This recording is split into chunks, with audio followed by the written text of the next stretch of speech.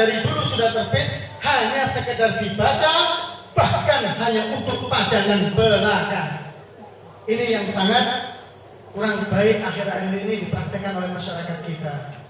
Allah Subhanahu wa Ta'ala menggambarkan atau menceritakan atau memfirmankan yang namanya nuzul Quran itu di dalam surat Al-Baqarah ayat 285 kalau saya tidak salah, yang berbunyi a'udzubillahi minasyaitonirrajim bismillahirrahmanirrahim syahrul ramadan alladzi unzila fihi alkitaba hudan lin-nasi wal bayyinati minal huda wal furqan.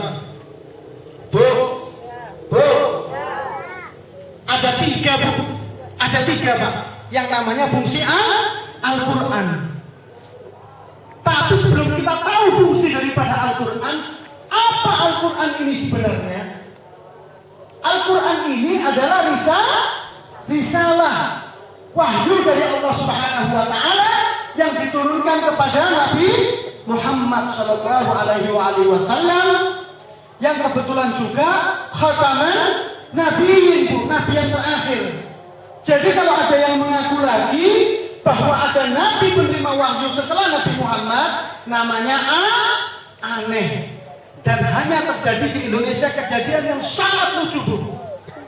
Kita bayangkan, setelah malaikatnya masuk penjara, nabinya ditangkap polisi. Ini kalau di Indonesia nggak terjadi, Bu. Ada nabi sampai ditangkap polisi, ada malaikat sampai masuk penjara. Ini cuma terjadi di Indonesia, luar biasa. Polisi-polisi Indonesia ini hebat, Bu, bisa tangkap nabi. Namanya juga nabi palsu, Bu. Namanya juga malaikat palsu. Lia Aminuddin, atau yang dia katakan Lia Eden, atau Lia pemilik surga Eden, alias Lia Eden. Ibu yang bilang bukan saya, Bu, ya. Bapak-bapak dan ibu-ibu yang dimuliakan Allah Subhanahu wa Ta'ala, setelah kita tahu Al-Quran ini wahyu, apa fungsinya? Yang pertama tadi hudan linnas. Hudan linnas itu adalah petunjuk linnas bagi manusia. Kalau selama ini dalam pikiran kita, Pak, mohon maaf saya tidak mau menyinggung di sini, insyaallah tidak ada. Banyak orang awam yang berpemikiran Al-Quran ini adalah satu bacaan. Kalau kita baca pahalanya satu huruf itu 5. Kalau wudu pahalanya berapa, Bu? Bu? Pak, kalau wudu pahalanya berapa, Pak? 10. Jadi yang dipahami itu sama seperti Bang Takjid musyawarah, hitung berhitung pahala dengan Allah Subhanahu wa Ta'ala. Padahal kalau tahu kandungan dan tahu makna daripada Al-Quran, luar biasa, lebih daripada pahala yang kita peroleh. Hudan linnas, petunjuk bagi manusia. Jelas, Bu. Pak, tatkala Allah Subhanahu wa Ta'ala mengutus Adam ke muka bumi. Wa idh qala rabbuka lil malaikati inni ja'ilun fil ardi khalifah. Dan ingatlah tatkala Tuhanmu memerintahkan, berkata kepada seluruh para malaikat, inni ja'ilun fil ardi khalifah. Sungguh aku ingin menjadikan penggantiku di muka bumi. Bukan pengganti dalam arti disembah, tetapi pengganti penegak syariat Allah Subhanahu wa Ta'ala. Nyambung sampai Nabi Muhammad, tentu di dunia ini ada aturan lainnya, Pak. Karena dunia ini bukan milik kita. Kalau sekarang orang banyak yang tidak peduli sama Al-Quran, Pak. Apa itu hukum Allah? Apa itu syariat Allah? Hidup-hidup gue, mati-mati juga boleh mati, yang masuk neraka juga buat terserah gue, hidup-hidup gue. Sekarang, Bu, logikanya, Pak, kalau di dalam rumah kita ada peraturan bahwa yang masuk di dalam kamar itu harus satu muhrim. Kalau ada yang tidak satu muhrim, maka itu melanggar peraturan yang kita buat. Marah nggak, Pak, kalau ada perempuan bertamu belum menikah terus nginep di kamar? Kira-kira marah nggak, Pak? Marah, Pak? Bu, marah nggak kira-kira, Bu? Ada peraturan di dalam rumah tidak boleh menenggak minuman keras, tidak boleh memasukkan minuman keras di dalam rumah. Nah, kemudian ada seseorang tiba-tiba masuk ke dalam rumah kita minum sambil mabuk di situ, Bu, sampai dia mabuk. Marah nggak kira-kira Ini yang dialami oleh Allah Subhanahu wa taala. Marah Allah Subhanahu wa taala, Pak. Dunianya diinjak-injak, diinjak-injak dengan seenaknya begitu saja tanpa ada aturan. Makanya Allah menunjukkan peta, Pak, yang namanya Al-Qur'an. Dzalikal kitabu la raiba fihi hudan lil muttaqin. Dzalika, yang demikian itu. Apa? Al-kitabu adalah kitab Al-Qur'an. Hudan lil muttaqin, petunjuk bagi orang-orang yang bertakwa. Kenapa bagi orang-orang yang bertakwa? Barang tentu orang-orang yang bertakwa yaitu orang-orang yang mau menyerahkan dirinya sepenuhnya kepada Allah Subhanahu wa taala, kepada pemiliknya, jelas akan mentaati aturan pemiliknya, yaitu Allah Subhanahu wa taala. Diturunkan yang namanya Al-Qur'an, barang tentu ini akan menjadi petunjuk supaya tidak tersesat. Sampai terakhir, Bu, ingat Rasulullah ketika khutbah wada, Bu. Ketika haji wada, beliau jauh hari menyatakan sebelum kepergian beliau untuk selama-lamanya di hadapan para sahabat, taraktum amrayn fa in tamassaktum bihima lam tadillu abada. Kitabullah wa sunnatur rasul. Taraktum, aku tinggalkan kepada kamu sekalian amrayn, dua perkara ini. Fa in tamassaktum bihima, dan kalau kamu berpegang dengan bihima, keduanya ini, lam tadillu abada, kamu tidak akan tersesat selama-lamanya, abadan. Apa itu? Kitabullah wa sunnatur rasul. Kitab Allah dan sunnah Rasul. Kenapa? Karena ini petunjuk bagi orang-orang yang bertakwa. Jadi nggak main tabrak, ada aturan mainnya, Bu.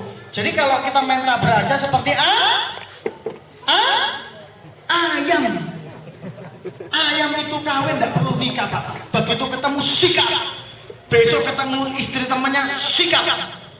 Besok tetangganya juga ada istri sikat, kan gitu. Ayamnya Pak Jalal sama ayamnya Pak Somad, ya kan, punya istri masing-masing. Besok ketemu sikat. Nah, itu ayam. Tidak punya aturan. Tetapi kita harus memakai aturan. Bukan inilah petunjuk untuk kita hidup sebagai tatanan aturan di muka bumi. Yang kedua, Pak, wa bayyinatin minal huda. Di situ bayyinah, bukan bayyinah ya, bayyinati. Memakai mudzakkar di situ, Bu, ya.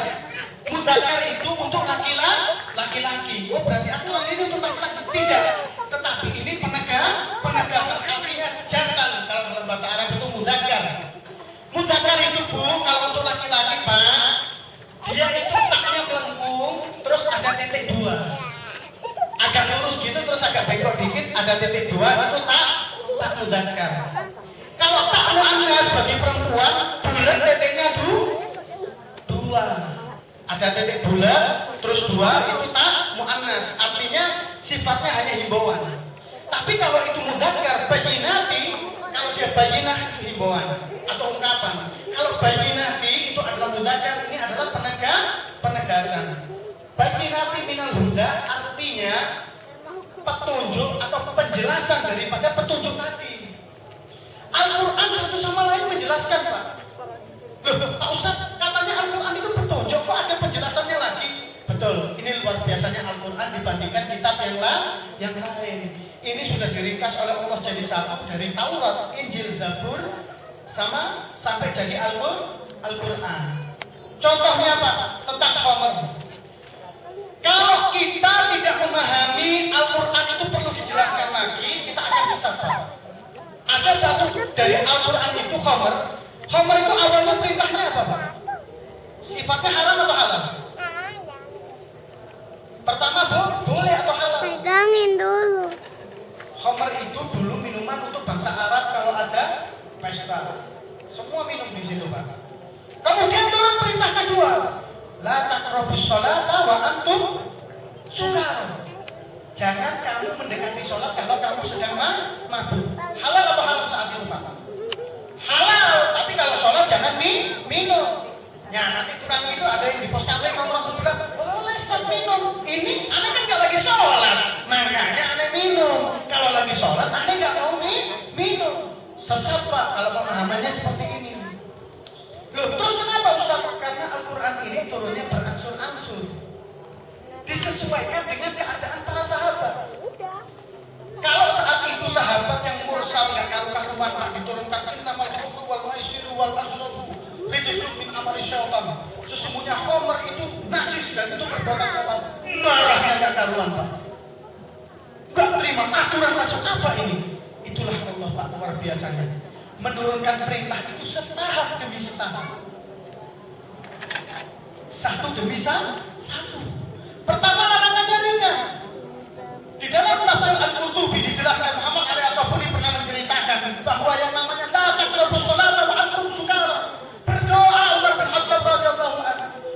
Allahumma faqihna fid din. Ya Allah berilah saya pemahaman agama tentang khamr ini. Karena apa pada saat sahabat mengimami Bismillahirrahmanirrahim. Syiratal ladzina an'amta 'alaihim. Salah sampai tiga kali. Baru turun ayat la taqrabus sholata wa antum sukara. Jangan kamu mendekati sholat tatkala kamu sedang mabuk. Sukara itu dalam bahasa awalnya adalah syakran. Apa syakran itu? Dijelaskan oleh Imam Malik dan Imam Hanafi bersepakat dalam tafsir Al-Ahkam. Syakran itu artinya ma syakara alal akli. Apa-apa yang menutup atas akal. Orang kalau mabuk, Pak, akalnya tertutup. Gua sadar, betul sadar. Tetapi dalam memahami Al-Quran tidak boleh sedang mabuk. Berdoa lagi Umar bin Khattab karena ada kekacauan di sahabat. Imamin itu sampai berantem gara-gara khamr jadi ribut. Gara-gara khamr senggolan joget, ketika joget senggol-senggolan jadi ribut, pertumpahan darah akhirnya. Sampai oleh Allah ditutup innamal khamru wal maisiru wal ansabu wal azlamu rijsun min amali syaitan. Sesungguhnya khamr wal maisir dan juga judi, wal ansabu mengundi nasib dengan anak panah, wal azlamu dan juga mengundi dengan perbintangan rijsun najis min amali syaitan, dan ini adalah perbuatan setan. Haram tidak Pak kalau perbuatan setan? Sudah tidak perlu dijelaskan lagi. Kalau itu adalah perbuatan setan dan itu najis, maka hukumnya haram. Itu namanya bayyinatun minal huda. Artinya apa? Penjelasan bagi petunjuk yang ada. Kalau hanya dipahami seperti khamr tadi Pak, kata profesional antum sudah sesat. Boleh orang itu minum selama tidak sholat. Dipakai nggak pemahaman ini Pak? Dipakai Pak. Ada beberapa orang ulama dari UIN di Bandung itu pernah memakai ini, mengungkapkan ini bahwa boleh, bahwa kemudian ada larangan. Ini adalah terbawa pada situasi mufassirin katanya Pak. Ini sesat. Karena apa? Al-yawma akmaltu lakum dinakum wa atmamtu alaikum ni'mati wa raditu lakumul Islam dinan. Hari ini telah aku sempurnakan agamamu. Artinya apa? Khamr itu sudah ditutup dengan haram mutlak. Itu. Yang ketiga yaitu wal mawsam, pembeda. Pembeda apa? Antara yang hak dan yang batil. Nah, ini Pak. Ya ayyuhalladzina amanu atiiullaha wa atiiur rasul wa ulil amri minkum. Fa in tanaza'tum fihima farudduhu ila Allah wa rasulah in kuntum tu'minuna billahi wa bil yawmil akhir. Wahai orang-orang yang beriman, taatlah kamu kepada Allah dan juga kepada Rasul. Jikalau kamu menemukan satu perselisihan di dalamnya, farudduhu ila Allah wa rasulah in kuntum tu'minuna billahi wa bil yawmil akhir. Kalau kamu menemukan perselisihan, kembalikan lagi kepada Allah dan Rasul. Kalau kamu taat sama Allah dan juga hari akhir. Masukkan ke Quran supaya membedakan mana yang hak dan mana yang batil. Kalau orang Nasrani menyelesaikan sengketa waris dengan disamaratakan pembagiannya, tidak dengan Islam. Ini perbedaannya. Lirijali nasibun mimma tarakal walidani wal aqrabun.